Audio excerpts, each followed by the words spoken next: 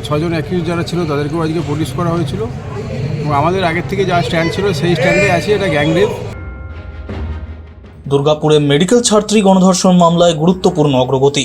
দুর্গাপুরের চাঞ্চল্যকর IQ city medical কলেজের ছাত্রী গণধর্ষণ মামলায় এলো গুরুত্বপূর্ণ অগ্রগতি।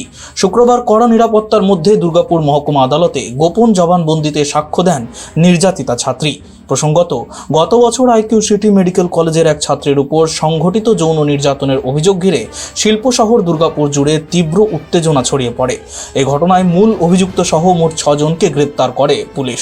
শুক্রবার আদালতের ঊর্ধ্বদ্বার কক্ষে বিচারকের সামনেই নির্যাতিতার বয়ান রেকর্ড করা হয়।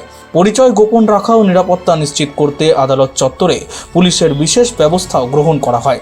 সাক্ষ্য গ্রহণ শেষে মামলার পরবর্তী শুনানির দিন শনিবার ধার্য করা হয়েছে। অভিযোগকারিনীর আইনজীবী পার্থ ঘোষ জানান, নির্যাতিতার সাক্ষ্য মামলাটিকে দ্রুত বিচারের পথে এগিয়ে নিতে গুরুত্বপূর্ণ ভূমিকা নেবে।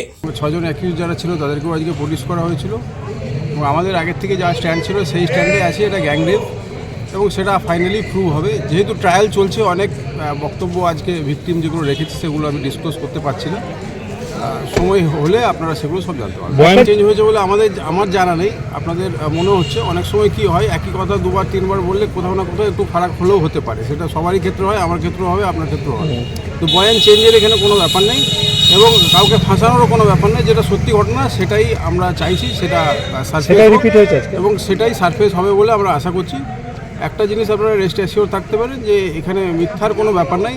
যেটা গ্যাংরেপ যেটা হয়েছে সেই গ্যাংরেপটা যাতে এখানে প্রুভড হয়। অন্যদিকে অভিযুক্ত পক্ষের আইনজীবী শেখর কুণ্ডু বলেন, মামলার ট্রায়াল চলছে এবং বয়ানে কোনো অসঙ্গতি নেই। চিফ চলছে এখনো, ক্রস এক্সামিনেশন কিছু নেই, মেয়েটি সবই বলেছে।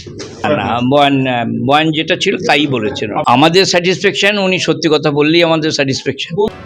এখন পরবর্তী শুনানিতে আদালতের পর্যবেক্ষণের দিকেই তাকিয়ে রয়েছে গোটা শহর।